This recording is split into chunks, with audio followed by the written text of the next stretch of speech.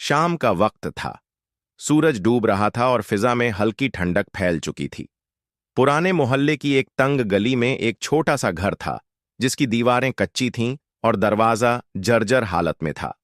इसी घर में रहती थी एक बूढ़ी अंधी माँ, जिसका नाम आसिमा बीबी था। उनकी उम्र करीब 70 साल थी और उनकी आंखों की रोशनी बचपन में ही चली गई थी। उनका एक ही बेटा था, राशिद, जो मजदूरी करके गुजारा करता था।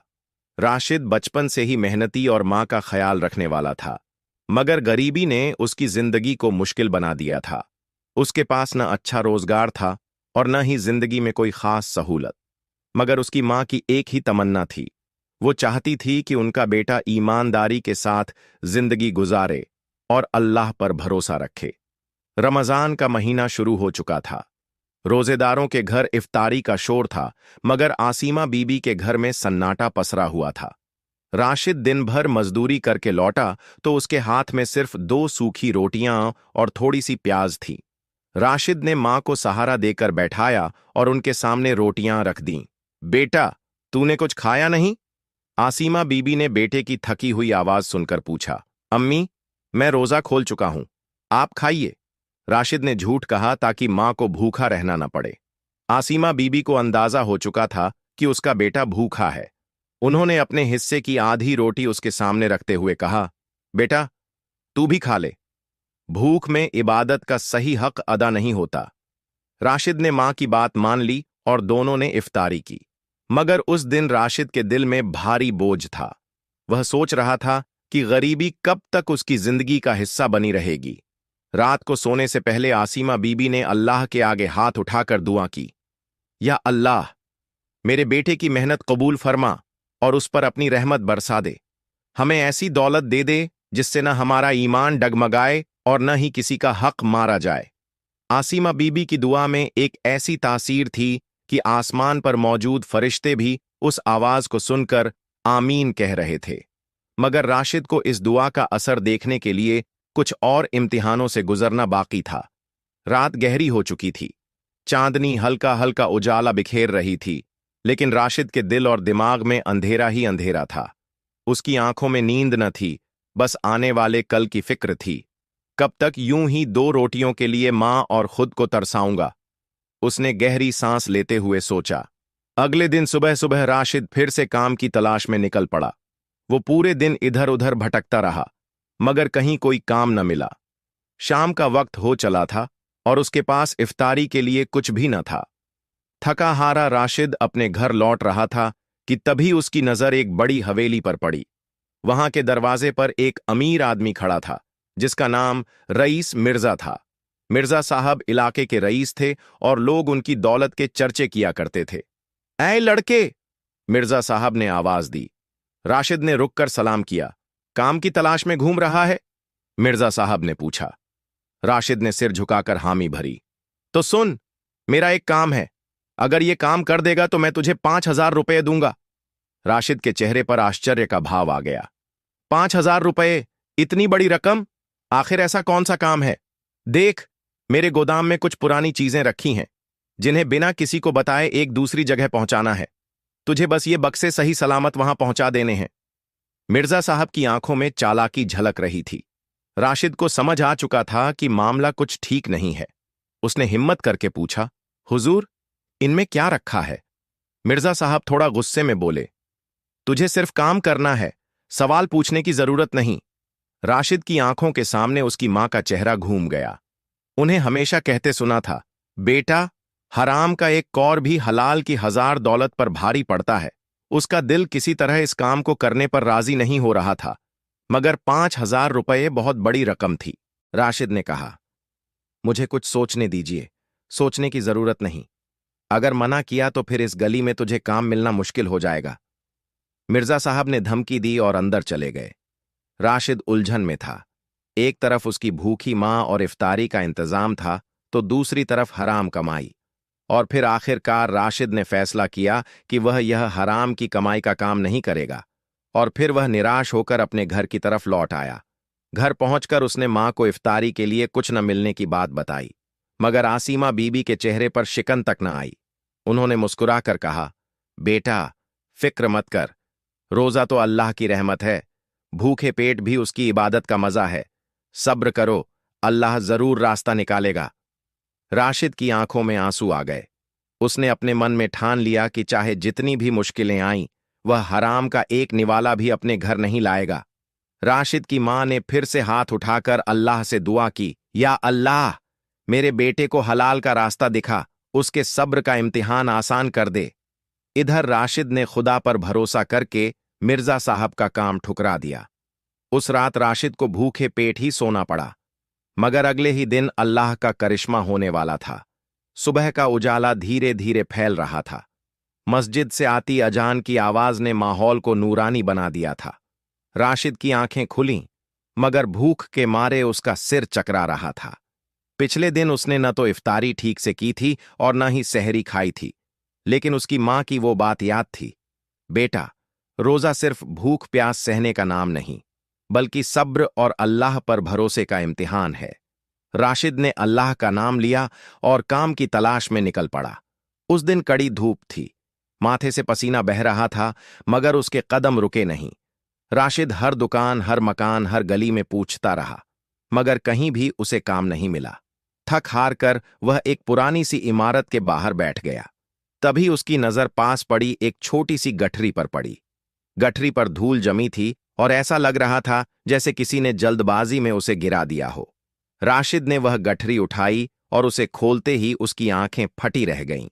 उसमें सोने चांदी के सिक्के, गहने और कुछ कीमती पत्थर थे। इतनी दौलत देखकर उसकी सांसें तेज हो गईं। या अल्लाह, इतनी दौलत! अगर मैं इसे ले लूं तो मां की सारी परेशानियां खत्म हो जाएंगी। मगर उसी वक्त उसकी मां की आवाज उसके कानों में गूंजने लगी, बेटा, हलाल ही असली कमाई है, हराम की दौलत में कभी बरकत नहीं होती। राशिद की आंखों में आंसू आ गए। उसने गठरी को मजबूती से पकड़ा और सोचने लगा, अगर ये किसी गरीब की दौलत है तो उसका क्या हाल होगा। थोड़ी देर बाद एक परेशान हाल बुजुर्ग वहां से गुजर रहे थे। उनके माथे पर शिकन थी, जैसे उनकी कोई अनमोल चीज खो गई हो। राशिद ने हिम्मत कर उनसे पूछा, चचा जान, क्या आप कुछ ढूंढ रहे हैं? बुजुर्ग की आंखों में उम्मीद जागी। हाँ बेटा, मेरी एक गठरी गिर गई है, जिसमें मेरी पूरी जमा पूंजी थी। अगर वो खो गई तो मेरा घर उजड़ जाएगा। राशिद के दिल को जैसे ठंडक मिल गई।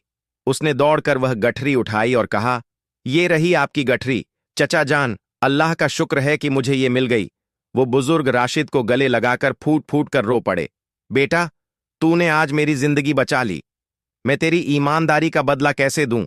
राशिद ने मुस्कुराते हुए कहा, अल्लाह का शुक्र है, मुझे कुछ नहीं चाहिए, बस मेरी मां के लिए दुआ कर दीजिए।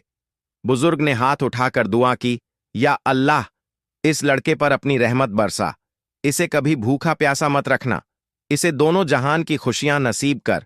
राशिद उन्हें सलाम करके घर चला गया। शाम को जब राशिद घर लौटा तो उसके हाथ में बस 2 सूखी रोटियां थीं, मगर उसकी मां के चेहरे पर इत्मीनान और सुकून था।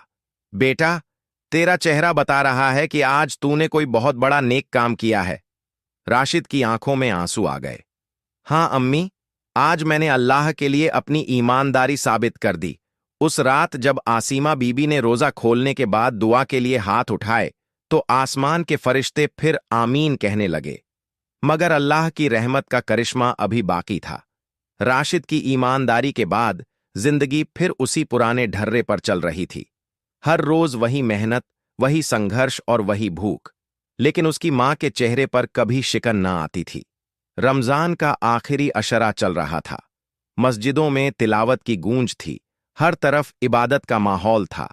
राशिद रोज की तरह सुबह काम की तलाश में निकला, मगर उस दिन उसकी हालत कुछ ज्यादा ही खराब थी। कमजोरी के मारे उसके पैरों में ताकत न थी। चलते चलते वह एक बड़ी दुकान के पास पहुंचा। दुकान के मालिक को उसने देखा। वह वही बुजुर्ग थे जिनकी गठरी उसने लौटाई थी। बुजुर्ग ने राशिद को देखते ही पहचान लिया और उसकी तरफ दौड़ते हुए, आए बेटा, अल्लाह का शुक्र है तू मिल गया। क्या हुआ चचा जान? राशिद ने हैरानी से पूछा। बेटा, तेरी ईमानदारी ने मुझे बहुत कुछ सिखा दिया है। जब तूने मेरी गठरी लौटाई थी, उसी दिन मैंने अल्लाह से वादा किया था कि मैं अपनी दौलत का कुछ हिस्सा किसी नेक इंसान को दूंगा ताकि वो हलाल कमाई के साथ अपनी जिंदगी संवार सके। और मेरे बेटे, वो नेक इंसान तू ही है। राशिद की आंखें खुली की खुली रह गईं। नहीं चचा जान, मैं ये सब नहीं ले सकता। मैंने तो सिर्फ अपना फर्ज अदा किया था। बुजुर्ग ने उसकी बात काटते हुए कहा, बेटा, ये मेरी जिद नहीं, ये तेरे सब्र का इनाम है। अल्लाह तुझे आजमाना चाहता था और तू इस इम्तिहान में कामयाब हो गया। बुजुर्ग ने राशिद को अपनी दुकान में नौकरी दे दी और साथ ही एक मोटी रकम भी बतौर इनाम दी। उस शाम जब राशिद घर पहुंचा तो उसके हाथ में नए कपड़े, अच्छे खाने का सामान और मिठाइयां थीं। उसकी मां के लिए इतर, सुरमा और फल भी थे। राशिद ने अपनी मां के हाथों को चूमते हुए कहा, अम्मी, आपकी दुआ ने मेरा नसीब बदल दिया। आसीमा बीबी की आंखों में आंसू आ गए। उन्होंने कांपते हाथों से राशिद के सिर पर हाथ फेरा और दुआ दी, या अल्लाह, मेरी संतान को हमेशा इसी तरह ईमानदारी और हलाल कमाई पर कायम रखना। उस रात जब राशिद और उसकी मां ने इफ्तार किया तो पहली बार उनके घर में तरह तरह के पकवान थे, मगर आसीमा बीबी ने सबसे पहले एक टुकड़ा रोटी उठाई, उसे चूमा और आसमान की तरफ देखकर कहा, या अल्लाह, इस रोटी में बरकत देना और इसे हलाल रखना। अल्लाह की रहमत का करिश्मा उस घर पर बरस चुका था, मगर आगे अल्लाह उनके लिए और भी बड़ी नेमत का इंतजाम कर चुका था।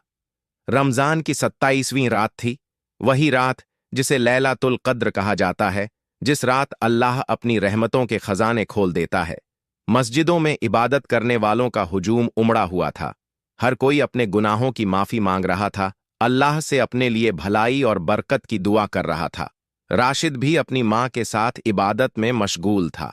उसकी मां की आंखों से आंसू बह रहे थे और वो हर लफ्ज के साथ अपने बेटे के लिए दुआ कर रही थीं। या अल्लाह, मेरे बेटे के नसीब में भलाई लिख दे, उसके लिए इज्जत, बरकत और रहमत के दरवाजे खोल दे, उसकी तकलीफें दूर कर दें। या अल्लाह। रात के अंधेरे में जब मां दुआ कर रही थीं, उसी वक्त कुदरत का करिश्मा हो रहा था। देर रात दरवाजे पर दस्तक हुई। राशिद ने दरवाजा खोला तो सामने एक अजनबी खड़ा था। उसके कपड़े धूल धूसरित थे, चेहरा थका हुआ और आंखों में बेचैनी थी। क्या आप राशिद हैं? उस अजनबी ने पूछा। जी हां, मगर आप कौन? राशिद ने हैरानी से कहा। अजनबी ने जेब से एक कागज निकाला। वह एक सरकारी अधिकारी था जो कई महीनों से राशिद को तलाश कर रहा था। राशिद भाई, आपके वालिद के नाम से एक पुश्तैनी जमीन का दस्तावेज मिला है जो आपके नाम पर है। ये जमीन अब बहुत कीमती हो चुकी है और इसकी कीमत लाखों में है। राशिद को अपनी सुनाई बात पर यकीन ही नहीं हुआ। ये कैसे हो सकता है? अधिकारी ने आगे बताया कि उसके वालिद के नाम पर यह जमीन बरसों पहले दर्ज थी, मगर कुछ लोगों ने धोखाधड़ी करके उस पर कब्जा कर लिया था। कई साल की लड़ाई के बाद अब वो जमीन सरकार ने राशिद के नाम वापस कर दी थी। क्या यह सच है? राशिद की आवाज कांपने लगी। जी हां, और आपको अगले हफ्ते कोर्ट में आकर दस्तावेजों पर दस्तखत करने होंगे। राशिद की आंखों में आंसू आ गए। उसने दौड़कर अपनी मां को गले लगा लिया और फूट फूट कर रोते हुए कहा, अम्मी, आपकी दुआ ने मेरी किस्मत बदल दी। आसीमा बीबी के चेहरे पर सुकून था। उन्होंने कांपते हुए हाथों को आसमान की तरफ उठाया और कहा, या अल्लाह, तूने रोजे का इनाम ऐसा दिया कि मेरी औलाद को भूख प्यास की तकलीफों से बचा लिया। मेरी इस नेमत में हमेशा बरकत देना। उस रात राशिद की मां ने जो सुकून महसूस किया था, वह शायद जिंदगी में पहली बार था। रमजान की उस मुकद्दस रात में एक मां की सच्ची दुआ कबूल हो गई थी। राशिद के लिए यह खुशी का वक्त था। वह जो कल तक 2 वक्त की रोटी के लिए तरसता था, अब उसके नाम पर लाखों की पुश्तैनी जमीन थी। मगर यह खुशी उसके लिए सिर्फ एक नेमत ही नहीं, बल्कि एक बड़ी जिम्मेदारी और इम्तिहान का भी वक्त था। कुछ दिनों बाद राशिद अपनी मां के साथ कोर्ट पहुंचा। अदालत ने जमीन के कागजात की जांच करके राशिद के नाम पर वो जमीन वापस कर दी। राशिद का चेहरा खुशी से चमक उठा। अगले ही दिन उस जमीन को खरीदने के लिए कई अमीर लोग उसके पास पहुंचने लगे। एक बड़ा व्यापारी, जिसका नाम अजीम मिर्जा था, राशिद के पास आया और कहा, देखो राशिद, ये जमीन बहुत कीमती है। अगर तुम चाहो तो मैं तुम्हें 20 लाख रुपए कैश दे सकता हूं। राशिद की आंखें हैरान रह गईं। 20 लाख रुपए उसकी सोच से कहीं ज्यादा थे। उसने कहा, मुझे सोचने का वक्त चाहिए। जब राशिद ने अपनी मां को यह बात बताई तो मां की आंखें गंभीर हो गईं। बेटा, दौलत बुरी चीज नहीं है, मगर ये इंसान का ईमान परखने का सबसे बड़ा इम्तिहान भी होती है। याद रखना, हलाल कमाई ही असली दौलत होती है। राशिद को मां की बात याद आ गई और उसने फैसला कर लिया कि वह जल्दीबाजी में कोई कदम नहीं उठाएगा। दूसरे दिन राशिद ने अजीम मिर्जा को मना कर दिया। मिर्जा गुस्से में आकर बोला, देख राशिद, ये दौलत तुझे इस गरीबी से निकाल सकती है। सोच ले, इतनी बड़ी रकम फिर नहीं मिलेगी। मगर राशिद ने अपनी मां की सीख याद करते हुए बड़ी हिम्मत से जवाब दिया, मैं अपनी जमीन को सिर्फ किसी नेक इंसान के हाथ ही बेचूंगा जो इसे अच्छे काम में लगाए। मिर्जा गुस्से में चला गया। मगर इसके बाद राशिद को हर तरफ से लालच, धमकी और प्रलोभन का सामना करना पड़ा। कई लोगों ने उसे लालच दिया, किसी ने डराया धमकाया, मगर राशिद हर बार अपनी मां की बात याद करता। हराम का एक निवाला भी हलाल की 1000 दौलत पर भारी पड़ता है। आखिरकार एक नेक दिल व्यापारी जिसका नाम खालिद अहमद था, राशिद के पास आया। बेटा, मैं जानता हूं कि यह जमीन बहुत कीमती है। अगर तुम इसे मुझे बेच दो तो मैं इस पर एक स्कूल और एक मस्जिद बनवाऊंगा ताकि गरीब बच्चों को मुफ्त तालीम मिल सके। यह सुनकर राशिद की आंखों में खुशी के आंसू छलक आए। उसने फौरन उस जमीन को खालिद अहमद को बेच दिया और बड़ी रकम लेकर घर लौट आया। जब उसने अपनी मां को यह खबर दी तो आसीमा बीबी की आंखों में सुकून और खुशी के आंसू थे। उन्होंने दुआ के लिए हाथ उठाए और कहा, या अल्लाह, मेरी औलाद को इसी तरह नेक रास्ते पर चलाए रखना और उसकी दौलत में बरकत देना। उस रात जब राशिद रोजा खोलने बैठा तो उसके सामने तरह तरह के पकवान थे, मगर उसने सबसे पहले वही सूखी रोटी का टुकड़ा उठाया जो उसकी मां ने अल्लाह का शुक्र अदा करते हुए रखा था। राशिद ने रोते हुए अपनी मां के हाथों को चूमा और कहा, अम्मी, ये सब आपकी दुआओं का करिश्मा है। मगर राशिद की इस दौलत पर बुरी नजरें पड़ चुकी थीं। अजीम मिर्जा और उसके गुर्गे अब राशिद के खिलाफ साजिशें रचने लगे थे। राशिद की ईमानदारी और मां की दुआ ने उसकी जिंदगी को बदल दिया था। अब उसके पास अच्छी रकम थी जिससे उसने अपने घर की मरम्मत करवा ली। राशिद ने अपनी मां के लिए एक आरामदायक बिस्तर, नए कपड़े और खाने पीने की अच्छी चीजें खरीदीं। लेकिन इस दौलत के आने के बाद उसकी जिंदगी में एक नया इम्तिहान शुरू होने वाला था। अजीम मिर्जा, जिसे राशिद ने जमीन बेचने से मना कर दिया था, अंदर ही अंदर जल रहा था। वह राशिद की तरक्की देख नहीं पा रहा था। उसकी लालची फितरत उसे चैन से बैठने नहीं दे रही थी। इस लड़के ने मेरी नाक कटवा दी, मैं इसे बर्बाद करके ही दम लूंगा, मिर्जा ने अपने खास आदमी कासिम से कहा। कासिम ने गहरी आवाज में कहा, हुजूर, एक रास्ता है। अगर हम इसकी मां पर हमला कर दें या राशिद के खिलाफ झूठे इल्जाम लगा दें तो इसे बर्बाद करना आसान हो जाएगा। मिर्जा ने उसकी बात मान ली। अगले दिन राशिद घर से बाहर गया हुआ था। कासिम और उसके लोग उसके घर के पास पहुंचे। उन्होंने घर की दीवार पर झूठे कागजात चिपका दिए जिन पर लिखा था कि राशिद एक जालसाज है और उसने जमीन के कागजात में धोखाधड़ी की है। फिर उन्होंने आसपास के लोगों में अफवाह फैला दी कि राशिद ने हराम की कमाई से दौलत कमाई है। जब राशिद घर लौटा तो उसकी मां परेशान बैठी थीं। घर के बाहर भीड़ इकट्ठा थी और लोग उसे शक की नजरों से देख रहे थे। राशिद, ये क्या हो रहा है? आसीमा बीबी ने बेचैनी से पूछा। राशिद कुछ समझ पाता उससे पहले कासिम वहां आ पहुंचा। देखो राशिद, अब तेरा सच सबके सामने आ चुका है। तेरा नाम बर्बाद हो चुका है। अगर तुझे ये जिल्लत से बचना है तो मेरी बात मान ले। मिर्जा साहब को 10 लाख रुपए दे दें, वरना ये अफवाहें और बढ़ेंगी। राशिद के लिए ये वक्त बहुत मुश्किल था। उसकी मेहनत और ईमानदारी पर इल्जाम लग चुका था। मां की तबीयत भी बिगड़ गई थी। राशिद रात को रोते हुए अपनी मां के सिरहाने बैठा और बोला, अम्मी, मैंने हमेशा हलाल कमाई पर यकीन रखा है, मगर फिर भी मेरे साथ ऐसा क्यों हुआ? आसीमा बीबी ने उसके आंसू पोंछते हुए कहा, बेटा, सब्र कर। अल्लाह अपने नेक बंदों को आजमाता है, लेकिन वो उन्हें कभी अकेला नहीं छोड़ता। तू देखना, अल्लाह तुझे इससे भी बड़ी कामयाबी देगा। उस रात मां ने फिर अपने कांपते हाथों से अल्लाह के आगे दुआ की, या अल्लाह, मेरे बेटे की हिफाजत फरमा, उसके ईमान को और मजबूत कर दे, उसकी मेहनत और ईमानदारी का सिला अता फरमा। आसीमा बीबी की दुआ ने फिर आसमान को हिला दिया था। सुबह होते ही एक बड़ा चमत्कार हुआ। वही बुजुर्ग व्यापारी खालिद अहमद, जिसने राशिद से जमीन खरीदी थी, अचानक मोहल्ले में आ पहुंचे। उन्होंने लोगों को इकट्ठा करके ऐलान किया, मैं गवाही देता हूं कि राशिद ने अपनी जमीन मुझे पूरे सच्चे और ईमानदार तरीके से बेची है। ये अफवाहें सब झूठी हैं। खालिद साहब ने राशिद के हक में ऐसे सबूत पेश किए जिससे सच्चाई सबके सामने आ गई। लोगों ने फौरन राशिद से माफी मांगी और मिर्जा की साजिश बेनकाब हो गई। अजीम मिर्जा और कासिम की चाल नाकाम हो गई। मिर्जा ने गुस्से में अपने आदमियों को धमकाते हुए कहा, यह लड़का तो किसी की दुआओं का असर है, इसे मिटाना इतना आसान नहीं है। राशिद घर लौटकर आया तो उसकी मां ने उसका माथा चूमा और कहा, बेटा, अल्लाह पर भरोसा रखने वाले कभी हारते नहीं। तूने हलाल कमाई पर यकीन रखा और देख, अल्लाह ने तुझे इस फरेब से बचा लिया। राशिद की आंखों में आंसू थे।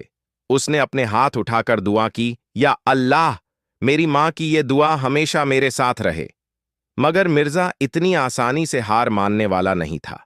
राशिद की सच्चाई सामने आ चुकी थी। पूरे गांव में लोग उसकी ईमानदारी की मिसाल देने लगे थे।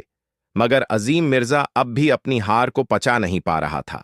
उसका गुस्सा अब नफरत में बदल चुका था और वह किसी भी कीमत पर राशिद से बदला लेना चाहता था। एक दिन मिर्जा ने अपने आदमियों के साथ बैठकर एक खतरनाक साजिश रची। अगर हम इस लड़के को सीधे रास्ते से नहीं मिटा सकते तो इसकी मां पर वार करेंगे। वो ही इसकी कमजोरी है। अगली रात जब राशिद अपनी मां के साथ इफ्तारी कर रहा था, तभी अचानक दरवाजे पर जोर जोर से दस्तक हुई। खोलो दरवाजा, जल्दी खोलो। राशिद ने घबराकर दरवाजा खोला तो पुलिस के कुछ अफसर खड़े थे। राशिद, तुम पर चोरी और धोखाधड़ी का इल्जाम है, तुम्हें गिरफ्तार किया जाता है। यह सुनते ही उसकी मां का दिल दहल गया। नहीं, मेरा बेटा ऐसा नहीं कर सकता, आसीमा बीबी ने कांपती आवाज में कहा। मगर पुलिस वालों ने राशिद को पकड़ लिया और उसे थाने ले गए। राशिद पर इल्जाम था कि उसने खालिद अहमद के घर से एक कीमती दस्तावेज चोरी किया है। यह सुनते ही राशिद की आंखों में आंसू आ गए। या अल्लाह, ये मेरे साथ क्या हो रहा है? थाने में बैठे राशिद को अपनी मां की फिक्र सताने लगी। वह सोच रहा था कि उसकी अंधी बूढ़ी मां को अकेले घर पर कैसे छोड़ा गया होगा। घर पर आसीमा बीबी अपनी कमजोरी के बावजूद बार बार सजदे में गिरकर दुआ कर रही थीं। या अल्लाह, तूने हमेशा मेरे बेटे की हिफाजत की है, आज फिर उसकी बेगुनाही को साबित कर दे। उस रात आसीमा बीबी ने इबादत में रोते रोते अपनी हालत खराब कर ली। उनकी आंखों में आंसू थमने का नाम ही नहीं ले रहे थे। इसी दौरान एक फरिश्ता बनकर खालिद अहमद वहां आ पहुंचे। उन्होंने थाने में जाकर ऐलान किया, राशिद बेगुनाह है, ये सब मिर्जा की साजिश है। मेरे घर से जो दस्तावेज चोरी हुए थे वो अब मेरे नौकर को मिर्जा के घर में छिपे मिले हैं।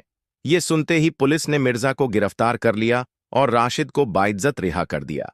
जब राशिद घर पहुंचा तो उसकी मां बिस्तर पर बेसुध पड़ी थीं। राशिद ने घबराकर मां के माथे पर पानी के छींटे मारे। अम्मी, उठिए अम्मी, देखिए, मैं लौट आया हूं।